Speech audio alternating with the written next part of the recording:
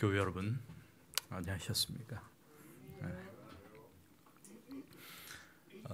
오늘 우리 함께할 안교 교과는 제13과 되겠죠. 이번 우리 한기의 마지막 교과이기도 합니다. 제목은 믿음의 전진입니다.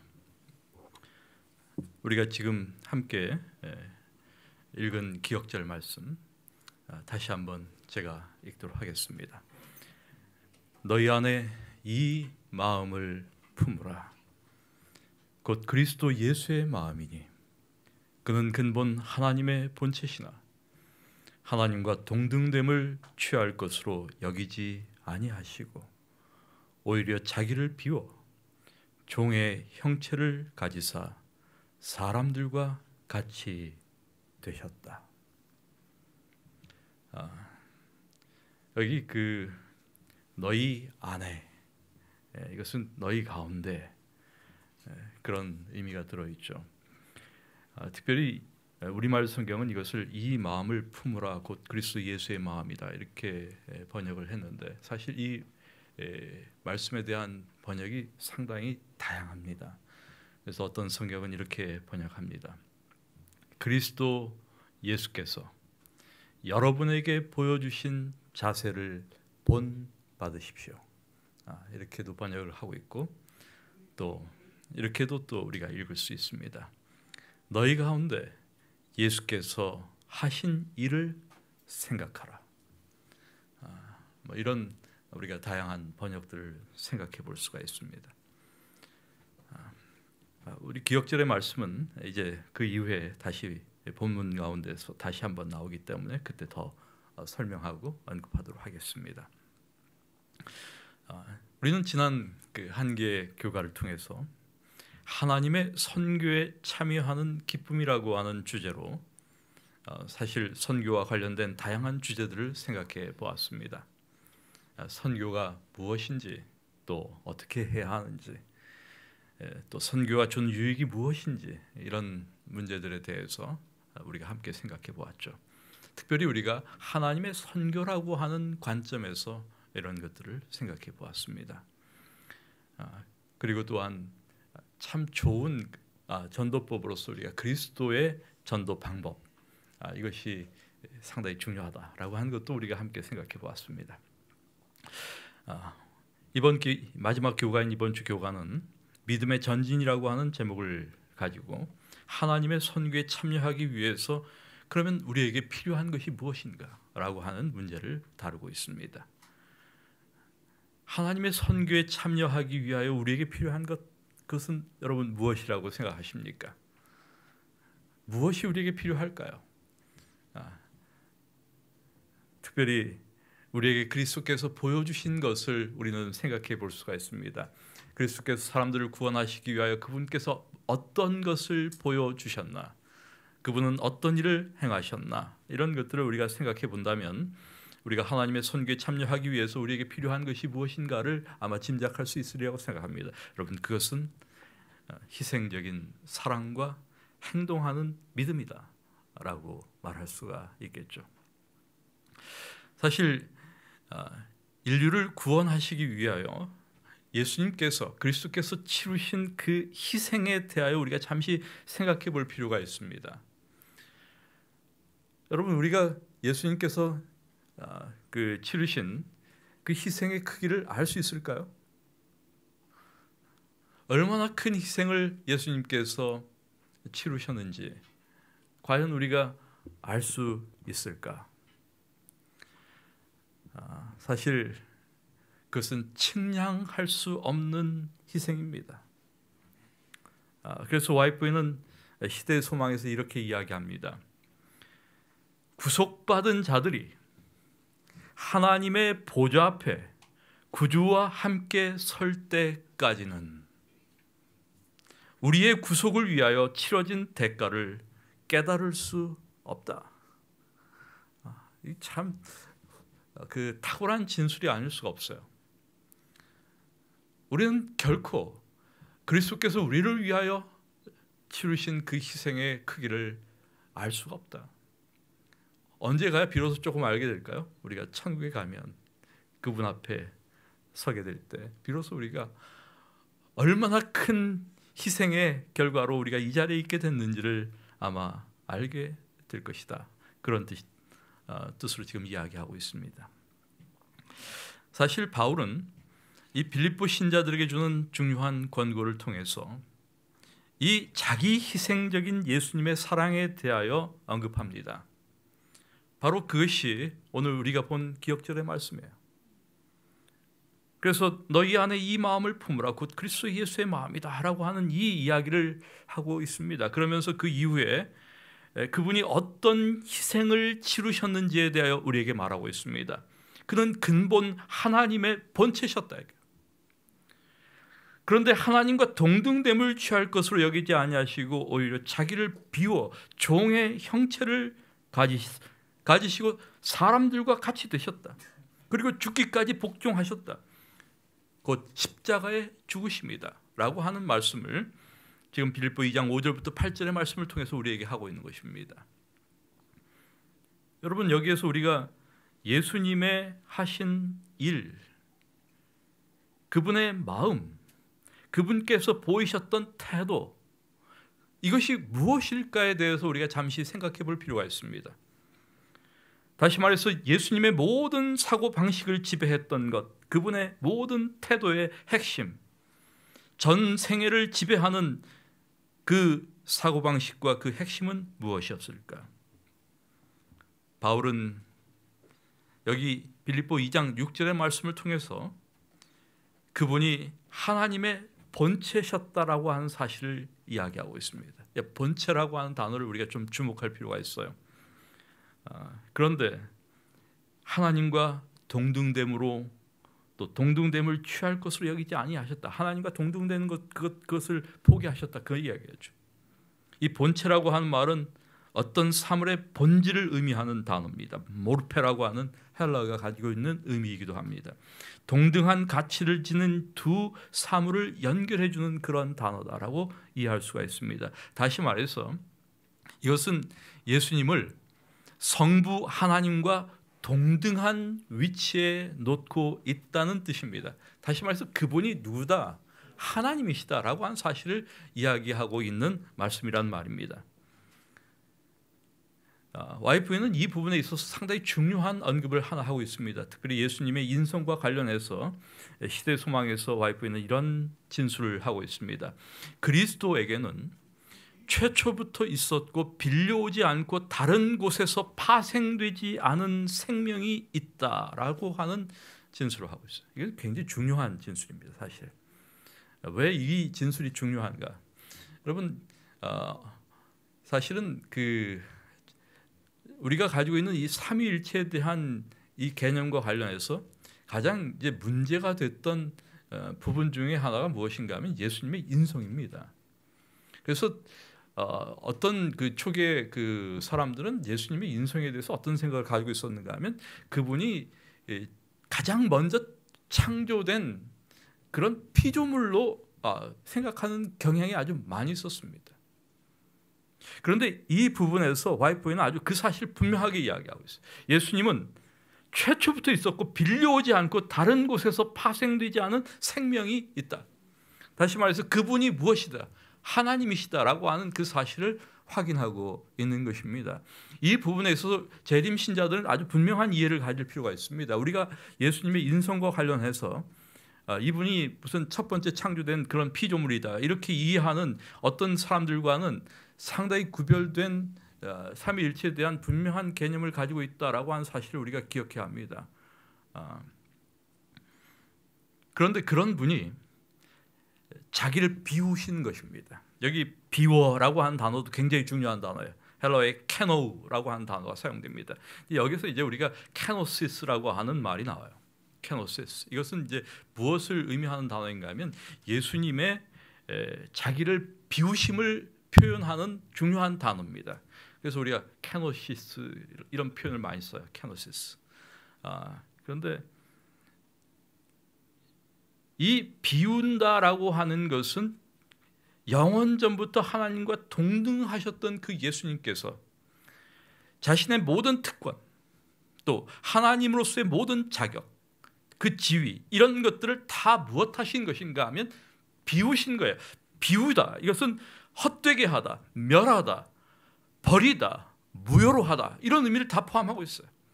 그러니까 그 모든 것들을 다 무엇하셨다, 쉽게 얘기해서 다 버리셨다, 포기하셨다, 이런 의미를 담고 있는 것이죠. 그래서 인간의 형상을 입고 인류의 종이 되신 것입니다. 그래서 종으로서 온 우주의 사랑의 법칙을 보여주시고 마침내 십자가에서 절대적인 사랑의 행동을 실천하시는 그러한 모습을 우리에게 보여주시는 것이죠. 이것이 바로 케노시스예요. 이 전체 모든 것들, 그리스도의 모든 비움, 이것을 우리가 한마디로 케노시스 이렇게 이야기하는 것입니다. 다시 말해서 우리의 생명을 구하기 위해서 예수님은 자신의 생명을 내어 주셨다는 것이죠. 우리는 여기에서 예수님께서 보여주신 그분의 모든 삶의 중요한 태도가 무엇인지, 그분의 사고방식의 핵심이 무엇인지를 다시 한번 확인하게 됩니다. 그것은 무엇일까요, 여러분? 우리가 한마디로 정의한다면, 요약한다면 우리는 그것을 자기 희생이라고 하는 한 단어로 요약할 수 있다고 생각합니다. 다시 말해서 예수님의 모든 삶은 자기 희생적인 삶이었습니다. 그러므로 우리가 예수님을 따르는 사람들이죠.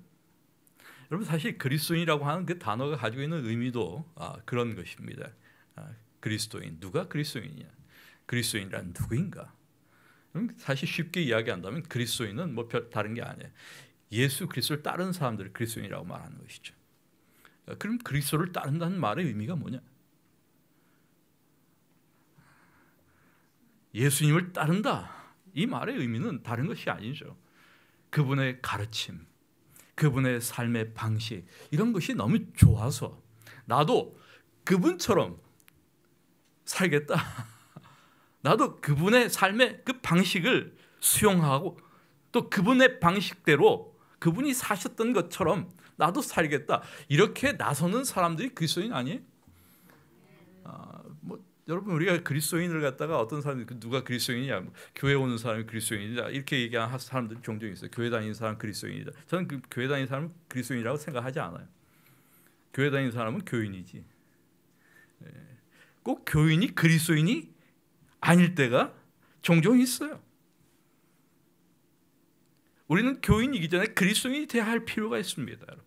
우리는 다 그리스도인이어야 돼요. 이런 의미에서 그리스도께서 우리에게 보여주신 그분의 삶의 방식을 우리도 따르는 것은 너무나 이상한 일이 아니고 자연스러운 일이죠. 이런 의미에서 그분이 사랑하는 것처럼 우리도 사랑하면 좋지 않겠습니까? 그분께서 섬기신 것처럼 우리도 섬기며 살면 좋지 않을까요? 그분께서 봉사하신 것처럼 우리도 봉사하며 살면 되지 않겠습니까? 이것이 사실 그리스도인의 삶의 방식이에요. 그런데 우리가 이러한 삶을 살기 위해서는 한 가지 해야 할 일이 있어요. 뭘 해야 될까요? 이런 것이 저절로 절대로 안 된다는 것이죠. 이런 예수님을 따르는 삶을 살기 위해서 우리에게 필요한 것이 하나 있는데, 그것은 예수님께서 자기를 비우신 것처럼 우리도 우리 자신을 비워야 가능한 거예요. 우리를 비운다는 의미는 무엇입니까? 내가 내 자신을 비운다. 뭐 우리가 그리 높은 포지션을 갖고 있는 것도 아니고, 예수님처럼 뭐 하나님과 동등한 그런 뭐 위치에 있는, 뭐 우리가 그렇게 중요한 어떤 삶의 어떤 자리에 사회적 위치를 가지고 있는 것도 아니고, 우리 아주 평범한 사람들인데 우리는 뭘 비워요? 그러면 어떤 사람들은 그런 포지션을 비워야 할 사람들도 있어요, 사실. 왜냐하면 실질적으로 그런 포지션을 가지고 있으니까. 그렇지 않은 우리는 그러면 무엇을 비우시면 좋을까요? 우리 교장 선생님, 문 집사님, 뭘 비우시면 좋을까요? 나는 무엇을 비워야 할까? 내가 그리스도인 삶을 살아가는 데 있어서 가장 장애가 되는 것이 무엇일까? 그럼 비우는 것이 없으면 우리가 참 어려워, 이런 일을 하기가. 사실 제가 보니까 자존심, 이런 것들도 사실 우리가 비워할 것 중에 하나가 아닌가. 요즘 사람은 자존심이 참 셉니다. 얼마나 자존심이 센지, 그리고 얼마나 다 프라이드가 강한지 몰라요. 교만하죠 사실은. 이런 것들을 어떻게 우리가 내려놓을 수 있을까? 우리 안에 있는 경쟁심, 우월감, 이런 모든 감정들, 이런 것들이 우리 안에서 비워지지 않으면 어떻게 우리가 남을 위해서 섬기며 봉사하는 그런 삶을 살아갈 수 있을까?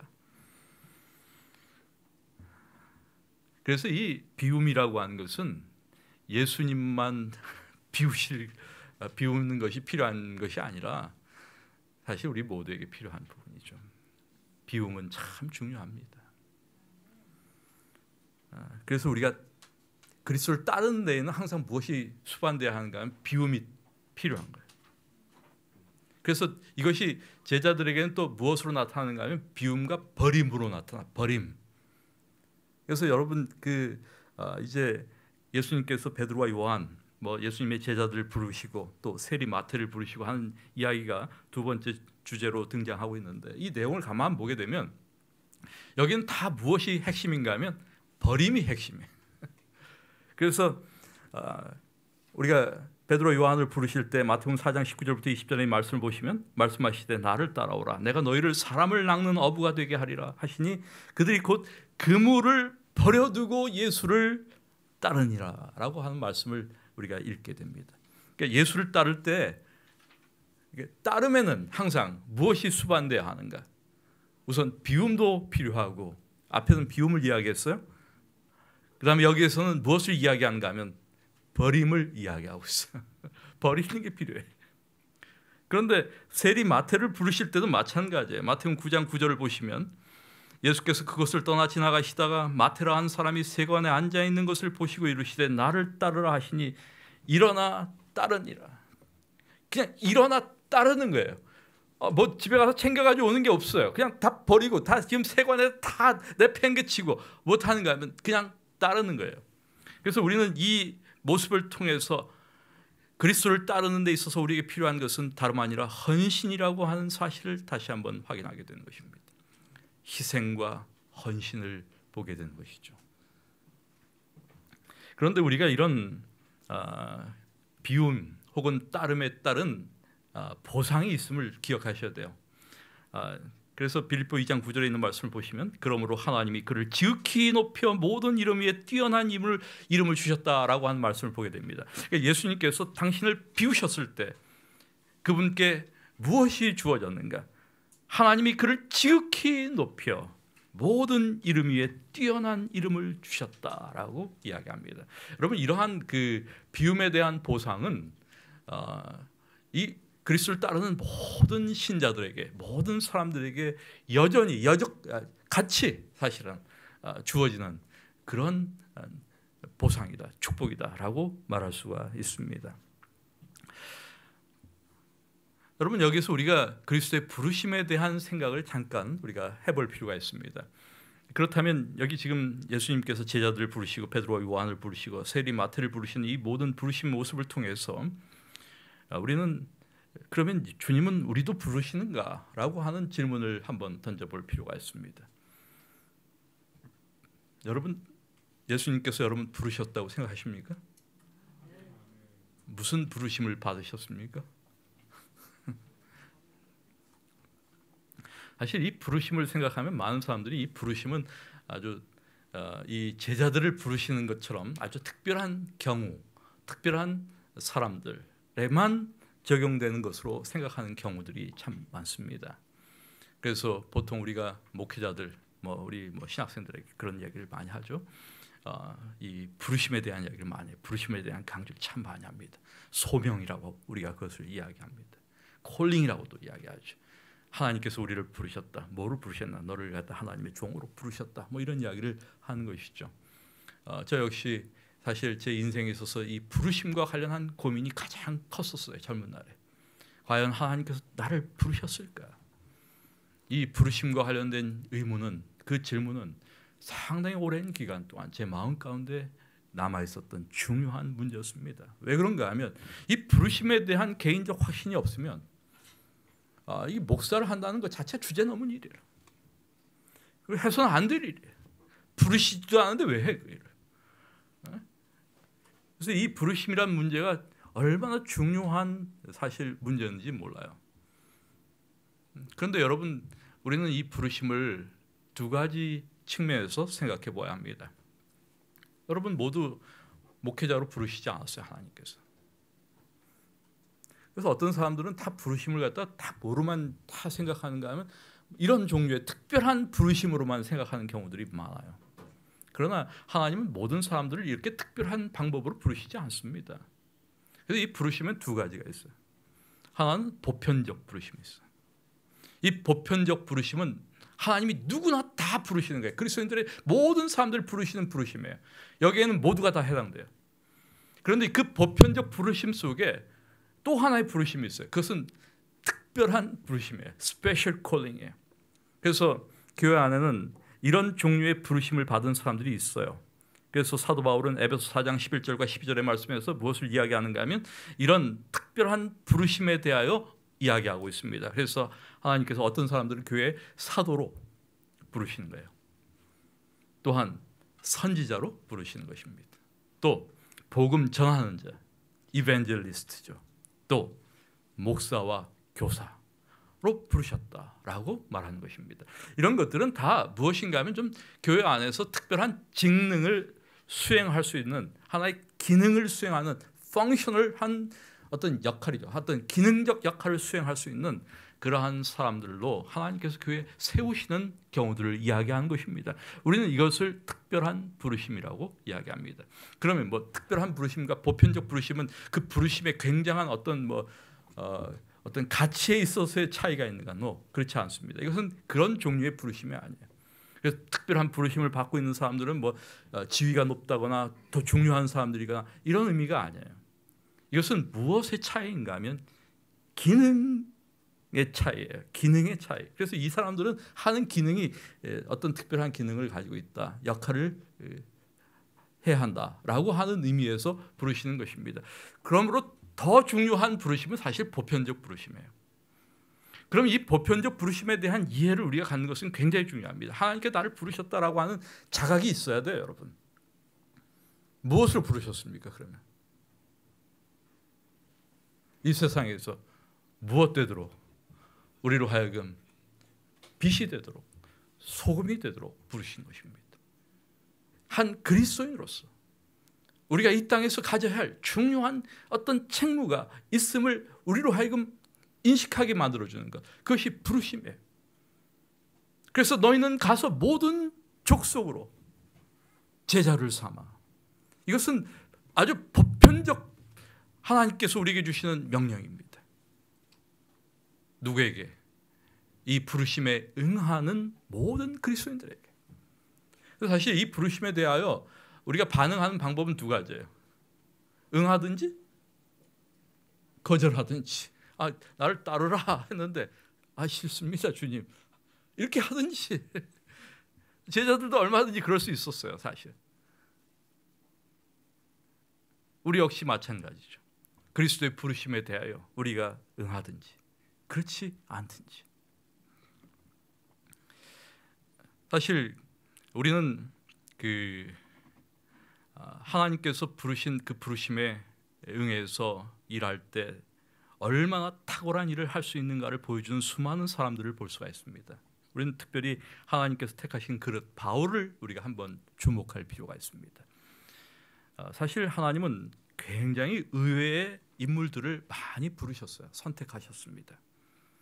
우리가 성경 복음서에만 보아도 무덤가의 광인을 비롯해서 사마리아 여인, 또 창녀, 세리, 어부 등 여러 다양한 계층의 사람들을 예수님께서 다 부르셨어요. 그래서 그들은 모두 그들의 삶이 변화되는 경험들을 했고 또 정말 기쁨에 충만해서 예수님께서 그들의 삶에 어떤 일을 행하셨는지에 대하여 사람들에게 말하도록 부르심을 받았습니다. 또 보내심을 받았습니다. 그리고 그들은 그런 사실들을 전할 수밖에 없었죠.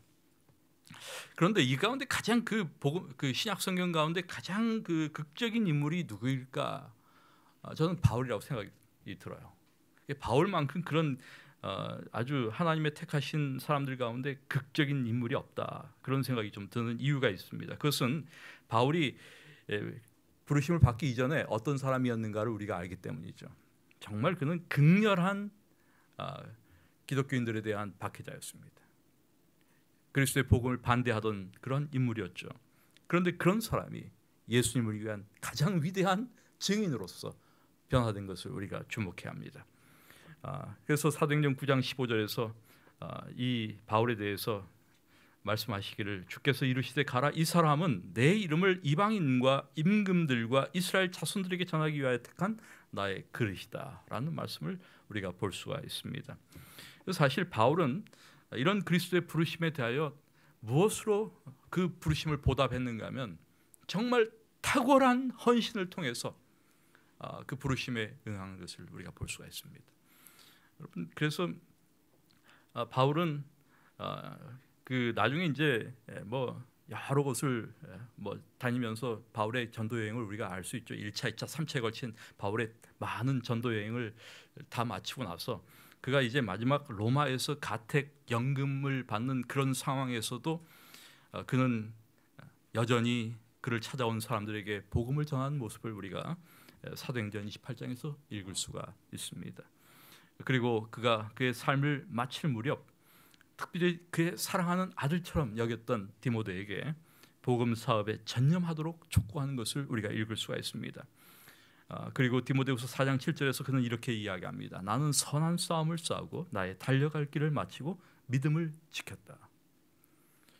여러분 그리스도를 위하여 헌신한 그분의 종들이 그들의 마지막 삶의 자리에서 이런 고백을 할 수 있다면 얼마나 좋을까 하는 생각이 문득 들었어요.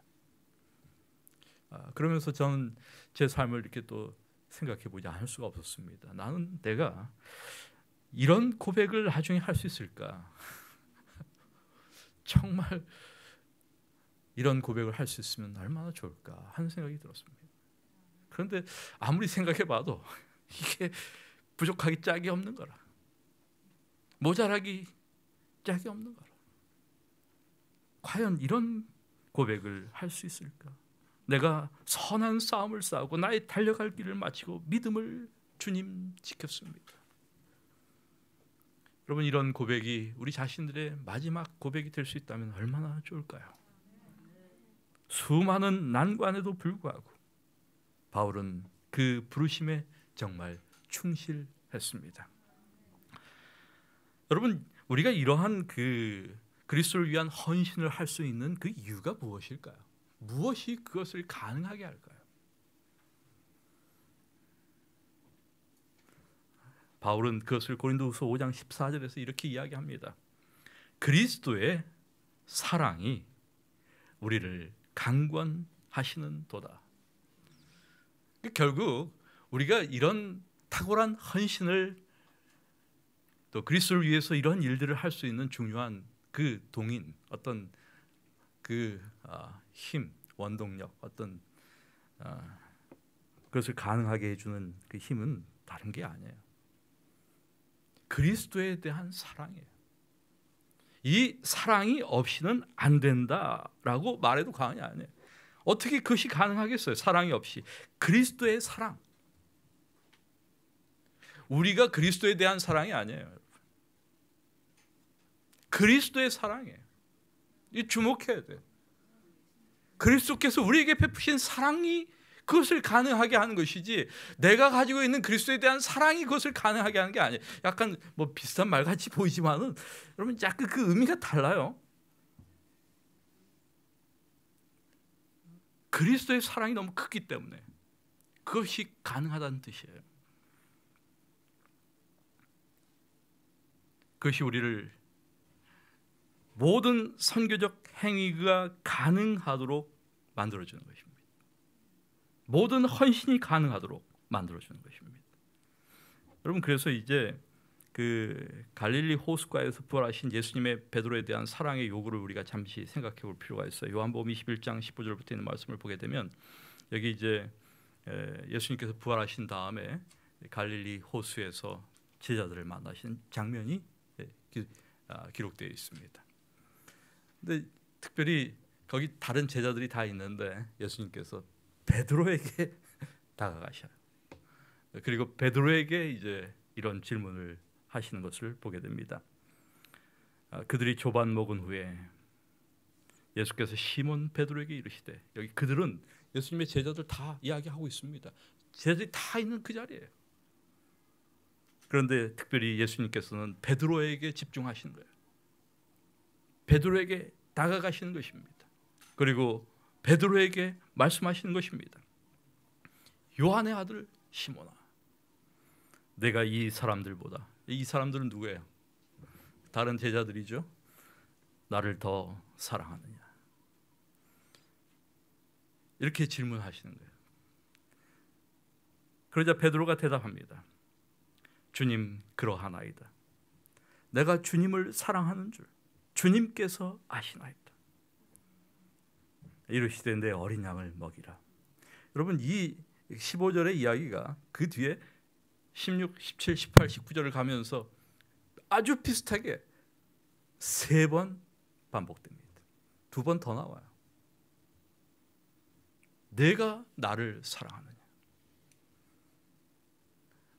뭐 한 번 질문했으면 베드로가 이렇게 대답했으면 예수님께서 그래 알았다 이렇게 하시면 좋은데 아니에요. 2번 또 같은 질문 또 하시는 거예요. 내가 나를 사랑하느냐.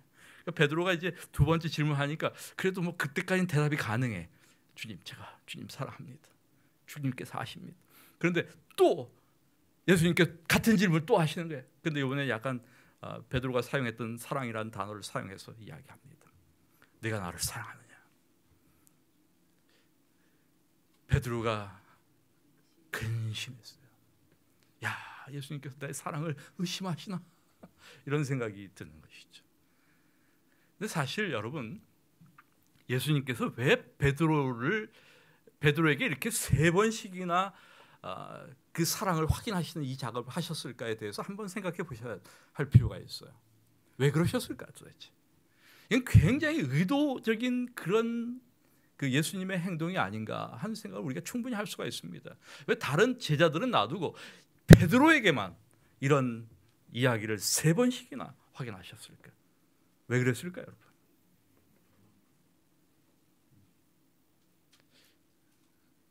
우리가 아는 대로 베드로가 3번 예수님을 부인한 전력이 있지 않습니까?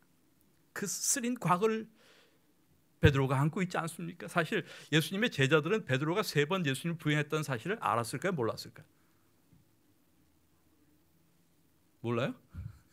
다 알았을 거예요 아마. 그걸 어떻게 몰라? 그래서 사실은 예수님의 제자들 사이에서도 예수님은 그 베드로는 사실 이미 무엇을 다 잃었어요. 신뢰뿐만 아니라 얼굴 다 잃었어요. 체면이 말이 아니죠 사실.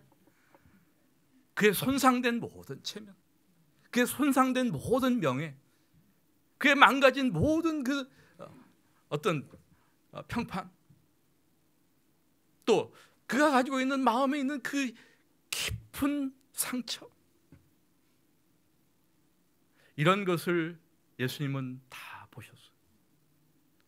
이것을 먼저 치유하지 않으면 안 된다는 사실을 알고 계셨어요. 여러분, 이것은 예수님께서 그 베드로의 상처받은 마음을 고치시기 위한 예수님의 일이었습니다. 그분의 깊은 애정과 사랑이었습니다.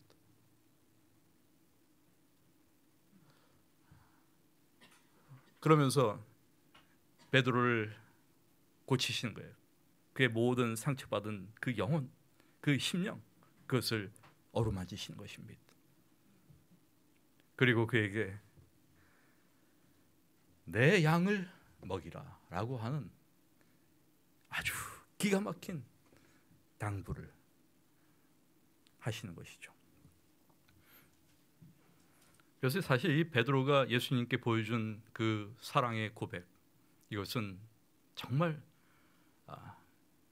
진정한 그런 사랑이었습니다. 그러면서 예수님은 내 양을 먹이라 라고 명령하시면서 이 명령을 통해서 예수님께서 그와 함께 하실 것에 대한 탁월한 보증을 하시는 것이죠. 여러분, 사실 우리가 이런 그리스도의 명령을 받고 그 일을 수행할 때, 이런 우리가 다시 말해서 그리스도의 제자가 될 때, 이 제자가 되는 것에는 무엇이 항상 따르는가 하면 대가가 따라요. 그래서 이 제자됨에 대가가 있어요. 소위 제자도의 대가가 있다라고 하는 것을 기억하셔야 합니다. 우리 지금 사랑의 헌신이라고 하는 주제를 다루고 있습니다. 그래서 베드로가 그 예수님께서 내 양을 먹이라라고 하는 그 부르심을 받아들였을 때 그가 앞으로 어떤 일을 경험하게 될지, 어떤 일을 마주하게 될지를 말씀하셨어요. 사실 우리가 예수님의 명령을 따라서, 예수님의 분부를 따라서 양을 먹이는 것, 사실 그것은 그 사도로서 베드로에게는 이건 탁월한 그 특권이 아닐 수가 없었습니다. 사실 우리 목회자들에게 이런 종류의 그리스도의 어떤 작은 목자로서 그리스도의 양들을 목양하는 그러한 사역을 우리가 수행하는 것, 이것은 사실 목회자들에게는 놀라운 특권이 아닐 수가 없어요. 왜냐하면 그리스도의 일을 하는 것 자체가 특권이니까, 굉장한 특권이에요. 그런데 우리가 간과하는 것이 하나 있어요. 이런 특권 뒤에는 항상 우리가 치러야 할 값이 있다는 사실을 간과하는 것입니다. 그래서 예수님께서 그 사실을 이야기하고 있어요. 베드로에게 감추시지 않으세요. 그래서 21장 18절과 19절에서 이런 말씀을 하십니다. 내가 진실로 진실로 내게 이르노니 내가 젊어서는 스스로 띠뛰고 원하는 곳으로 다녔거니와 늙어서는 내 팔을 벌리리니 남이 내게 띠띠우고 원하지 아니한 곳으로 데려가리라. 이 말씀을 하시면 베드로가 어떠한 죽음으로 하나님께 영광을 돌릴 것을 가리키심이더라. 지금 베드로가 언젠가 경험하게 될 순교에 대한 그 예언을 예수님께서 직접 하시는 거예요. 그리고 이 예언의 말씀처럼 베드로는 나중에 그리스도의 양을 먹이다가 그는 순교의 자리에 서게 됩니다. 전승에 의하면 베드로는 예수님처럼 이렇게 십자가에 못 박혀 달려 돌아가 죽는 그것을 자기가 감당치 못하겠다 해서 거꾸로 십자가에 못 박혀 죽었다라고 전해져 내려오죠. 여기에 우리는 베드로에게 선택권이 주어졌다는 사실을 우리가 주목할 필요가 있어요. 사실 이 예언을 통하여 예수님은 베드로에게 선택권을 주시는 거예요. 자, 내 양을 먹이는 특권, 이것과 나중에 무엇할 순교할 이 두 가지, 이게 다 보여주시는 거예요. 이제 택해라 이거죠. 수천 명을 그리스도께 인도하는 그의 삶의 큰 기쁨을 말씀하셨습니다. 예수님의 이름으로 기적을 행하고 수많은 군중 앞에서 그분을 영화롭게 하는 일, 이것은 너무나 탁월한 특권이죠. 그분의 선교를 수행하면서 예수님과 친교를 나누는 영원한 기쁨을 누릴 그 모든 일, 이것은 우리가 하나님의 일을 할 때 우리에게 주어지는 특권이죠. 그런데 거기에는 무엇이 따른다? 희생이 따른다. 사실 우리가 희생을 항상 염두에 두어야 합니다.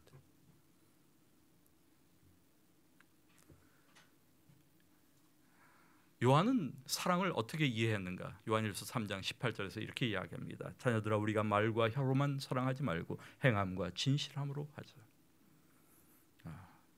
여기 사랑이라고 하는 것은 그러므로 이 모호하고 추상적인 것이 아니다. 그것은 행동하며 희생하는 것이다. 그렇습니다, 여러분. 우리가 그리스도께 대한 사랑, 그리스도께 대한 사랑, 또 우리의 모든 그 형제들에 대한 사랑, 이 모든 사랑에는 무엇이 전제되지 않으면 안 되는가 하면 희생이라고 하는 것이 전제되지 않으면 안 되는 거예요. 희생 없는 사랑이 없다는 거예요.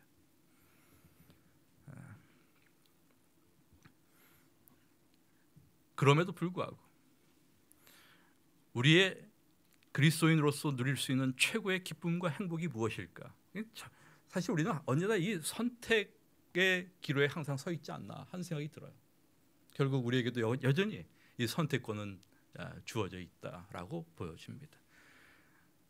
사실 우리가 우리의 최고의 기쁨과 행복을 어디에서 찾느냐, 여기에 따라서 우리가 어떤 선택을 할 것인가라고 하는 것이 결정된다라고 해도 과언이 아닙니다. 하나님의 나라에서 누릴 그 극한의 행복과 영원한 영광을 우리가 기대한다면 우리는 기꺼이 이 땅에서의 무엇을 감수할 수 있다. 희생을 감수할 수 있다라고 생각합니다.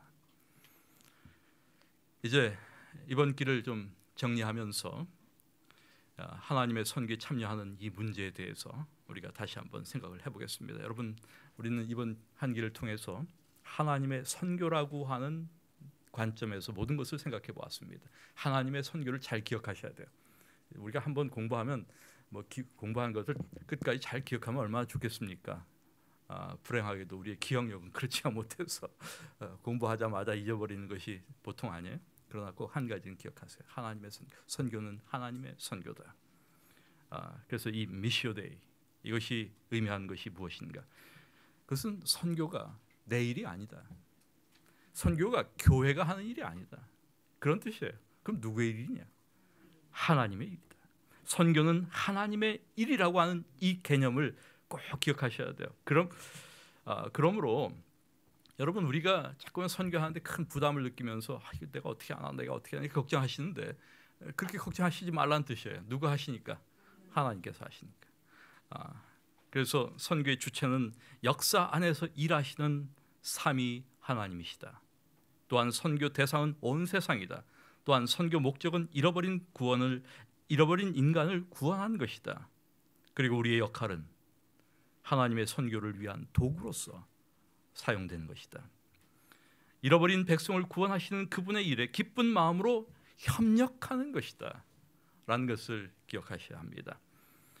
그런데 왜 선교가 하나님의 일이라면 우리가 전도해야 합니까? 하나님께서 하시는데 전도의 이유가 무엇입니까? 왜 우리로 하여금 이 전도에 참여하도록 초청하실까요? 하나님은 이것도 기억하셔야 합니다. 하나님의 선교에 동참하는 것, 그것은 우리의 유익을 위한 하나님의 초청이며 명령이다라는 것을 꼭 기억하셔야 돼요. 누구의 유익? 우리 자신들의 유익을 위하여. 하나님께서 무엇인가 우리에게 유익한 것을 주시기 위하여 그 유익을 공유하시기 위하여 우리를 초청하시고 또한 이런 선교에 대한 명령을 주시는 것이다. 여러분, 선교에 있어서 항상 교회 지도자가 담당해야 할 부분이 있어요. 또한 교회인 신자 개인이 담당해야 할 부분이 있습니다. 그런데 정말 중요한 것은 하나님의 사업은 우리 교회의 모든 신자가 그 사업에 동원되어 목사와 교회 직원들로 더불어 연합하기 전에는 결코 맞춰질 수 없다라고 말씀하시는 우리 이 진술을, 이 교회 증언에 나오는 말씀이에요. 좀 기억하실 필요가 있습니다. 결국 어떻게 해야 한다는 뜻일까요? 우리 모두가, 교회 지도자들과 교회 신자들 모두가 다 함께 연합하여 수고하지 않으면, 참여하지 않으면 마칠 수가 없는 일이다라는 것을 이야기하고 있습니다. 이번 한 기를 통해서 우리가 어떠한 선교에 대한 초청을 받고 있는지에 대해서 우리 잘 기억하시면서 우리의 삶을 통해서 복음을 전하고 우리가 경험한 예수 그리스도를 소개하는 그러한 일들을 계속해서 수행하면서 살아가게 되기를 다시 한번 기대하면서 오늘 교가 말씀을 정리하도록 하겠습니다.